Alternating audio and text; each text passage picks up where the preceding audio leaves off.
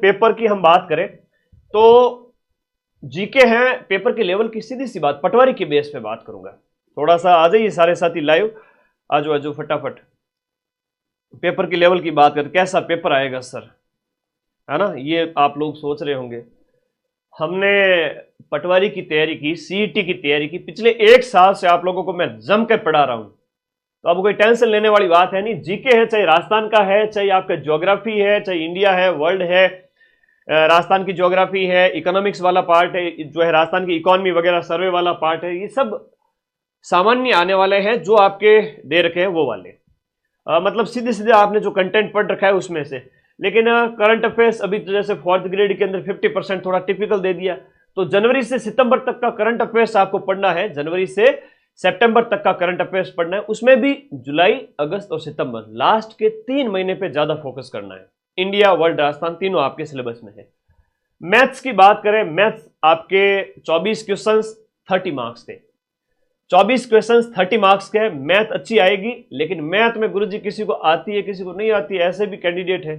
Selection लेने वाले वो कैंडिडेट भी होंगे जिनको मैथ एवरेज आती है या कम आती है, तो मैथ से डरना नहीं है। 30 में से एटलीस्ट 10 से 15 नंबर तो आपको लेने ही लेने हैं, लेने ही लेने हैं आप लोगों को। मैथ्स अच्छी लेवल की पूछी जाती है, तो 170 नंबर का है वो बाकी वाला पार्ट है, और 30 नंबर की मैथ है। तो 200 में से हम बात करें, 30 नंबर है सिर्फ और सिर्फ, 170 नंबर का बाकी वाला पार्ट है।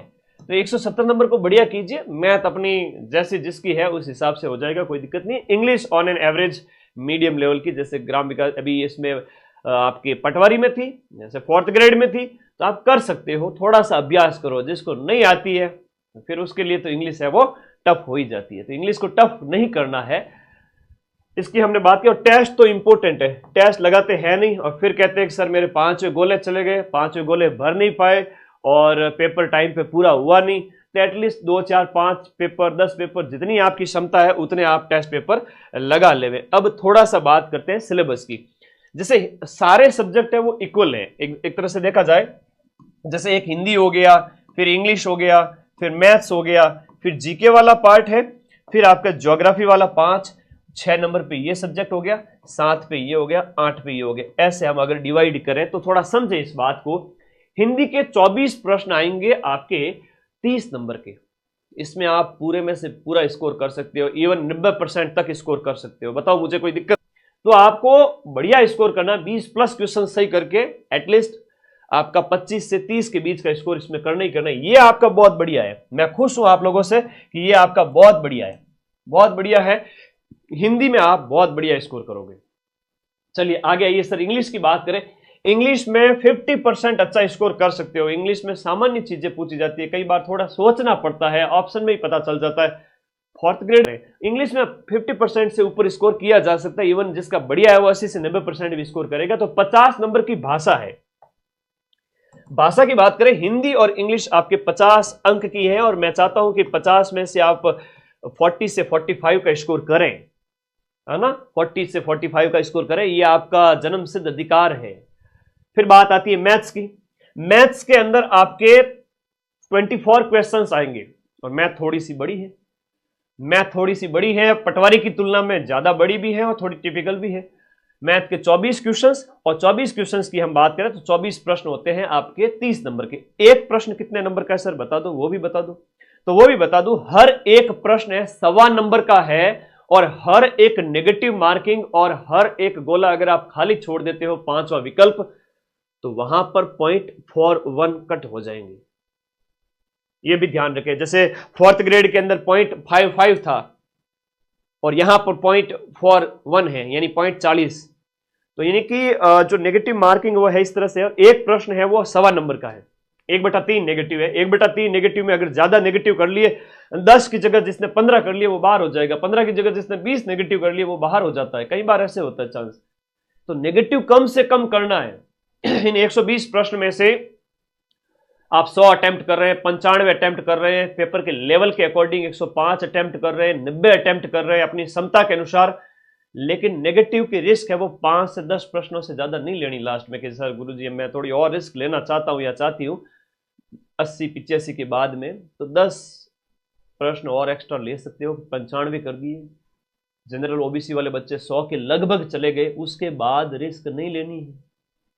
मैं फिर से कह रहा हूं, रिस्क नहीं लेनी है अगर सिलेक्शन लेना है तो, क्योंकि सीटों की संख्या आज के टाइम में जो पेपर हो रहे हैं, कई बार सीटों की संख्या मायने नहीं रखती है। मायने ये रखता है कि सीट बच्चे पेपर कैसे अटेम्प्ट कर रहे हैं, सीटें खाली जा रही है आरपीएससी के पेपर में। तो आप देखो, तो थोड़ा सा आप लोगों को ध्यान रखना है कि आप लोगों को बढ़िया परफॉर्म करना है, कि समझदारी से, कि एग्जाम हॉल में जब आप बैठे हो, एग्जाम हॉल के उसमें आपका प्रेजेंटेशन और जो प्रेजेंस ऑफ माइंड बढ़िया होनी चाहिए, कि पेपर के लेवल के अकॉर्डिंग आप 90, 95, 100 अटेम्प्ट कर रहे हैं, बाकी वाले पे 5वां गोला भर देवे और नेगेटिव कम से कम करें, मैथ अपने लेवल पे बढ़िया स्ट्रॉन्ग करें। ऐप में ये सब कंप्लीट हो चुका है, हिंदी भी है, इंग्लिश भी है, मैथ भी है, माइंड मैप ऐप में ये सब कुछ कंप्लीट हो चुका है। 1 महीने पहले पेपर से, इवन 2-3 महीने पहले पिछला 4th ग्रेड हुआ, तब तक ये हमने कंप्लीट करवा दिया था। करंट अफेयर्स मेरे भरोसे छोड़ देवे, इंडिया, राजस्थान और वर्ल्ड का आएगा। 8 प्रश्न आएंगे, 2-2 प्रश्न, और वो 10 नंबर के होंगे। कितने नंबर के? 10 नंबर के। साइंस अकेली पूछी जाएगी, अच्छी वाली साइंस है, जो आपके 8 प्रश्न आएंगे और वो भी 10 नंबर के। तो आप ज्योग्राफी की बात करें तो ये नया है, ये वर्ल्ड ज्योग्राफी में मैं बहुत शानदार करवा रहा हूं। इवन एग्जाम से 1 महीने पहले वर्ल्ड ज्योग्राफी और इकोनॉमिक्स आपको कंप्लीट करके दे रहा हूं। इसके अलावा 95% कोर्स बैच का कंप्लीट है, आप आराम से पढ़े डंके की चोट पे। वर्ल्ड ज्योग्राफी में 8 प्रश्न 10 नंबर के, इंडिया ज्योग्राफी में सिर्फ और सिर्फ पर्यावरण, पारिस्थितिकी, जैव विविधता, राष्ट्रीय उद्यान वगैरह और जो बायोस्फीयर रिजर्व वगैरह है, नेशनल पार्क है, अभ्यारण्य है, उनके ऊपर ज्यादा ध्यान देना है। उसके अलावा कुछ भी नहीं है इसमें। इंडिया का फिजियोग्राफी डिवीजन वो नहीं है, नदी जो है, अपवाह तंत्र वगैरह, जनसंख्या, उद्योग धंधे, कुछ भी नहीं है, ठीक है। तो सिर्फ और सिर्फ इंडिया की जो है पारिस्थितिकी तंत्र पढ़ना है। राजस्थान की ज्योग्राफी है जो मेंशन है, अभी मैं बता दूंगा। 8-8-8 यानी कि 24 प्रश्न 30 नंबर के ज्योग्राफी में से हो गए, और ये 20 नंबर की हो गया सामान्य ज्ञान, और ये 50 नंबर की भाषा हो गई, गणित हो गई 30 नंबर की। फिर बात करते हैं अर्थव्यवस्था की। आपके राजस्थान की आर्थिक समीक्षा 2024-25 जो नवीनतम आर्थिक समीक्षा है, उसके अनुसार जो सिलेबस में टॉपिक दे रखे, इवन इसके अंदर वो टॉपिक भी है जैसे हस्तकला है, आईजीएनपी है, सिंचाई परियोजनाएं हैं, ये तो ज्योग्राफी के टॉपिक है। एक तरह से देखा जाए तो ज्योग्राफी जो राजस्थान वाली है ना, वो बहुत बड़ा रोल प्ले कर रही है इसके अंदर, राजस्थान की इकोनॉमी के अंदर भी। लेकिन आर्थिक समीक्षा के नवीनतम डाटा, चाहे कृषि है, उसमें है, उद्योग में, उनमें हम वहां पर शामिल कर रहे, मतलब आपको ये कंप्लीट चीजें वहां पर करवा रहे हैं। राजस्थान की हिस्ट्री कल्चर ये सब कंप्लीट हो चुका है। राजस्थान की हिस्ट्री कल्चर आपके 24 प्रश्न 30 नंबर के, बहुत इंपॉर्टेंट रोल है। राजस्थान की इतिहास, कला, संस्कृति, रामबाण बुक से आप पढ़ ही रहे होंगे, ऐप के अंदर नोट्स पढ़ लिए होंगे। कंप्यूटर आपने पढ़ लिया है पटवारी के अंदर, 4th ग्रेड के अंदर, ये 4th ग्रेड में हो चुका है, ये 4th ग्रेड में हो चुका है। नया सिर्फ ये था, थोड़ा सा इसमें नया पढ़ना है, इसमें भी 50% नया पढ़ना है ना, सिर्फ 50% का लगभग देखा जाए तो 40-50% के लगभग नया पढ़ना है। 1-2 सब्जेक्ट और मैथ थोड़ा सा नया पढ़ना है। 3 सब्जेक्ट है, मैथ, वर्ल्ड ज्योग्राफी और आपका राजस्थान की अर्थव्यवस्था। आपको अगर मैं कहूं कि 20-25 दिन बहुत है, सिर्फ 20-25 दिन बहुत है, सिर्फ 20-25 दिन बहुत है। अगर आप थोड़ा सा भी पढ़ते हो ना, 20 से 25 दिन बहुत है। ये ध्यान रखो इस बात का कि 20 से 25 दिन अगर आप पढ़ लेते हो इस लास्ट टर्म में, बहुत इंपॉर्टेंट, मतलब ठीक है जी, आपने 20-25 दिन दे दिए, इतना पढ़ा हुआ, इनके लिए तो पूरे साल पढ़ रहे थे, पूरे साल पढ़ रहे थे, पूरे साल पढ़ा है ना। करंट है, साइंस है, पूरे साल पढ़ा है, इंडिया, राजस्थान पूरे साल पढ़ा है, इसमें भी आधा पूरे साल पढ़ा है, ये भी पूरे साल पढ़ा है, ये भी पूरे साल पढ़ा है। सिर्फ ये वर्ल्ड ज्योग्राफी और मैथ्स, बस, इससे अलावा कुछ भी नहीं है। और आप हम बात करें, प्रत्येक प्रश्न है 1.25 नंबर का है, हर एक प्रश्न 1.25 नंबर का है, और नेगेटिव मार्किंग के लिए आपका 0.41 अंक कट हो जाएगा। अभी मैं आपको पूरा डिटेल सिलेबस भी बताऊंगा, उससे पहले कहूंगा, अभी जब ग्राम विकास अधिकारी का पेपर होना बाकी है और फरवरी मार्च में सीईटी ग्रेजुएशन का पेपर होना बाकी है, मुझे पता है इसमें 60% की जो बाध्यता कर देंगे और 1/3 या 1/4 है वो आपका नेगेटिव मार्किंग कर देंगे सीईटी में। तो ग्राम विकास अधिकारी का पेपर देने के बाद में आप लोग फिर से आओगे, कहोगे सर मेरे तो वीडियो का पेपर आपका बैच लिया हुआ था, मुझे इसमें आप सीईटी दे दीजिए। तो भाई पहले से ही आप लोगों को कॉम्बो ही ज्वाइन करना था, जो कि 1799 का है, जिसमें आपको पटवारी पढ़ा चुके हैं, वीडियो पूरा हो चुका है, सीईटी ग्रेजुएशन का नया बैच इसके अंदर लाइव हो चुका है। इतने सारे बैच, तीनों की टेस्ट सीरीज, सब कुछ आपको, उसके नोट्स वगैरह सब कुछ आपको जब इस प्राइस में मिल रहे हैं तो लेना चाहिए। किसी की इच्छा है कि गुरु जी मेरे को तो सिर्फ वीडियो चाहिए, तो वीडियो वाला बैच करके अभी भी जो नए टॉपिक है, चाहे इकोनॉमिक्स है, चाहे आपका राजस्थान की जो अर्थव्यवस्था, गणित और विश्व भूगोल वगैरह, कुछ नए टॉपिक हमें पढ़ने हैं सर, तो आराम से पढ़ो इस बैच के अंदर। मैं तो आपके लिए एक ही चीज कहूंगा कि ये आपका सबसे बेस्ट रहेगा, क्योंकि ग्राम विकास अधिकारी के बाद में आपको सीईटी की तैयारी हर बच्चे को देनी है। राजस्थान में पढ़ने वाले 98% बच्चे हैं वो सीईटी ग्रेजुएशन देंगे। 1-2% हो सकता है कि लापरवाही से ना दे, लेकिन सभी को सीईटी में बैठना पड़ेगा। और फिर से नए बैच को आप कहोगे सर हमें तो पढ़ना है, क्योंकि इसमें 12, 13, 14 सब्जेक्ट होते हैं इंडिया जी के, राजस्थान जी के, Hindi, English, math, reasoning, computer और साइंस। सीईटी टफ होने जा रहा है, 60% हो रहे हैं, नेगेटिव हो रहा है, तो आपको ये बैच ज्वाइन करना है। बाकी दोनों बैच आपके सामने अवेलेबल है। अब थोड़ा सा मैं अगर यहां पर सिलेबस की बात करूं, 3 घंटे का आपको टाइम दिया जाएगा। आपने सब कुछ पढ़ रखा है, कुछ चीजें स्ट्रांग करनी है, जिसमें गणित हो गया, राजस्थान की अर्थव्यवस्था हो गया और एक आपका विश्व भूगोल हो गया, ये स्ट्रांग करना है। अगले 20 दिन बहुत है, 20-25 दिन में तो पूरा सिलेबस खत्म कर दोगे। अभी से स्टार्ट करो तो आपने पूरे साल सीईटी में पढ़ा है, पटवारी में पढ़ा है, 4th ग्रेड में पढ़ा है। अगर कोई कहे कि सर मैंने तो बिल्कुल भी नहीं पढ़ा है, मैं मान ही नहीं सकता। मैंने पढ़ा है दिन रात पैरों पे खड़े रह करके, है ना, मेरे पैरों की नसें खराब हो गई है पढ़ा के, दिन रात खड़ा रहता हूं, है ना, मेरे पैर खराब हो गए खड़े रह करके। मैं जानता हूं कि मैंने बहुत मेहनत करवाई है आपको, पटवारी में भी और सीईटी में भी और अभी 4th ग्रेड में सब कुछ पढ़ रखा है। सिर्फ गणित है, वर्ल्ड ज्योग्राफी है, इकोनॉमिक्स है, जो है अर्थव्यवस्था, वो भी आर्थिक जो समीक्षा के संदर्भ में। तो यही तो पढ़ना। 160 प्रश्न है और 120 अंक हैं। सॉरी 160 प्रश्नों की संख्या 160 रहेगी, है ना, 120 नहीं रहेगी, 160 रहेगी प्रश्नों की संख्या। 160 प्रश्न है और 200 अंक है। 3 घंटे का टाइम दिया जाएगा और ये आपको जो सिलेबस दे रखा है वो रहेगा। और नेगेटिव मार्किंग यहां सीधा सीधा लिखा हुआ है 1/3 अंक। तो 1/3 का मतलब होता है आपके 1/3 का सीधा सीधा मतलब है 0.40 अंक कट जाएंगे हर एक नेगेटिव के लिए। अगर सिलेक्शन लेना है तो अगले 1 महीने मैं जैसा कहूं वैसा करो, सिलेक्शन मैं दिलवा दूंगा और 90% तो आपके इसी बैच से क्वेश्चन मिलेंगे। अब सिलेबस की यहां पर बात करें, जो नया सिलेबस जो आया हुआ था उसके अकॉर्डिंग बात कर लेते हैं। ये मैं अभी टेलीग्राम में वापस से भेज रहा हूं, एक बार तुम लोग देख लेना। हिंदी है जिसमें संधि, समास, उपसर्ग, प्रत्यय वगैरह है, तो रूल है, पढ़िए समझिए। इवन संधि तो वो चीज है, स्वर संधि तो अभी खड़े खड़े बता दूं एक स्लाइड में, है ना, स्वर संधि के 5 भेद, 5 में क्या क्या होता है वो, ठीक है। आराम से पढ़ो, समझ के पढ़ो। इवन आपको थोड़े रूल पता है, उदाहरण भी पता है तो कर लोगे, रूल नहीं पता है तो भी हो जाएगा उदाहरण से। इनके पढ़ो, रटो, पर्याय, विलोम वगैरह इन सबको रटो, ठीक है, ज्यादा बड़ा नहीं। पारिभाषिक शब्दावली सब पढ़ के आए हो पटवारी में।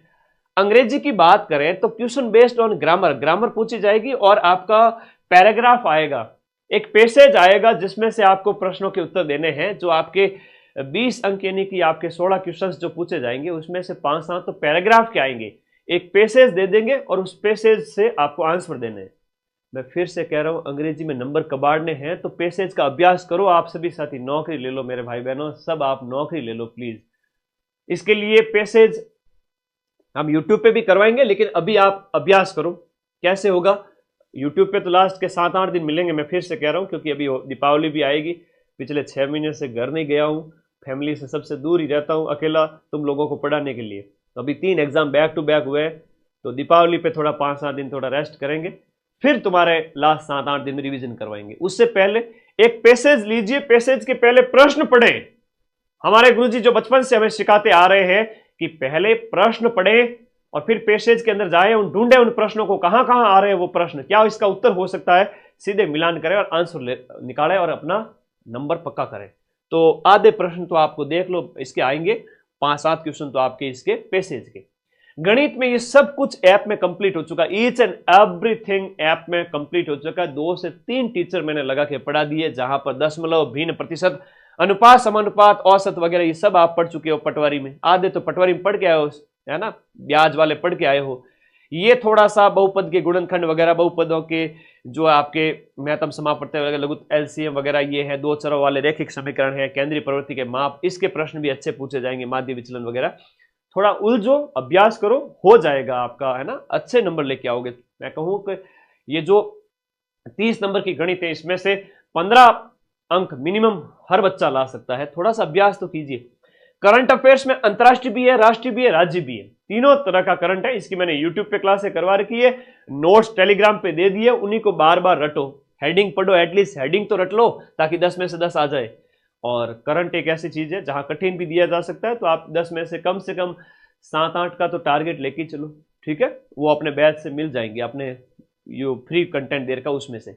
साइंस और डेली साइंस है जिसमें इलेक्ट्रॉनिक्स, दूर संचार, सैटेलाइट, ये मैंने ऐप में करवा दिया है, ये मैंने ऐप में करवा दिया है, ठीक है, बिल्कुल करवा दिया, ऐप के अंदर सारी चीजें करवा दी है, बहुत बढ़िया, ओके, सारी चीजें ऐप में करवा दी है। आपको कोई डाउट है तो पूछते रहो। आगे देखिएगा, भूगोल की बात करें तो विश्व भूगोल में इतना लिखा हुआ है कि व्यापक भौगोलिक क्षेत्र, महत्वपूर्ण स्थान, नदी, पहाड़, महाद्वीप।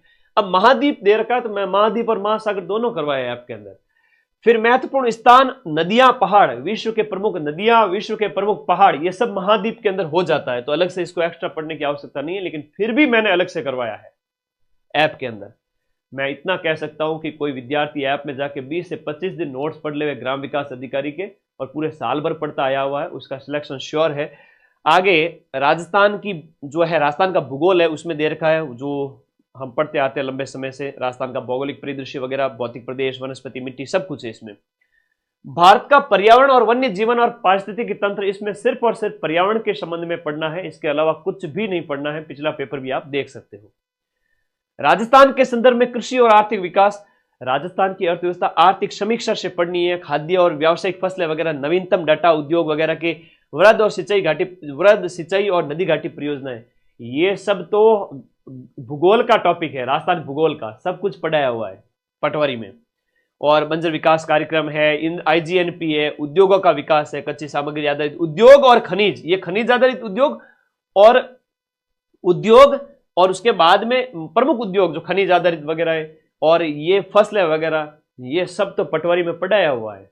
ये सब है वो आपके जो आपका स्टैटिक जीके होता है ना, वो वाला है, तो कोई टेंशन नहीं है। मैं तो इतना कहूंगा कि इसमें सिर्फ और सिर्फ नवीनतम डाटा कुछ अपलोड करने हैं मुझे, जो मैं आपको दे रहा हूं, करवा रहा हूं, और हो गया है कंप्लीट बैच। आप लोग मजे से पढ़ें। निर्यात वगैरह में पूछ सकते हैं, टॉप 5 निर्यात की वस्तुएं कौन सी है, निर्यात कितना है, वो वगैरह। हस्तकला के अंदर ये कल्चर का पार्ट है, पंचायती राज ये पॉलिटी का पार्ट यहाँ लास्ट में दे दिया, और MSME का थोड़ा सा दिया हुआ है, सहकारी आंदोलन वगैरह, कुछ नए टॉपिक है जो बैच में पढ़ो और मजे से इसका रिवीजन करो। 30 अंक है। राजस्थान की हिस्ट्री कल्चर में तो सब कुछ आ जाता है, इसमें मध्यकालीन पृष्ठभूमि दिया हुआ है, जिसका मतलब राजवंश वगैरह सब कुछ पढ़ना है, छोड़ना कुछ भी नहीं है। कल्चर वाले टॉपिक भी साथ में ऐड किए हुए हैं। कंप्यूटर वही है जो आप पटवारी में पढ़ के आए थे, तो नया कुछ भी नहीं है। यहां पर जो लिखा हुआ है, जो इसके रूल वगैरह है, 10% से ज्यादा गोले खाली नहीं छोड़ने, बहुत सारी चीजें लिखी हुई। और रूल में एक ही है कि आपका कोई मिनिमम क्वालिफाइंग मार्क्स नहीं है, एक तिहाई नेगेटिव है,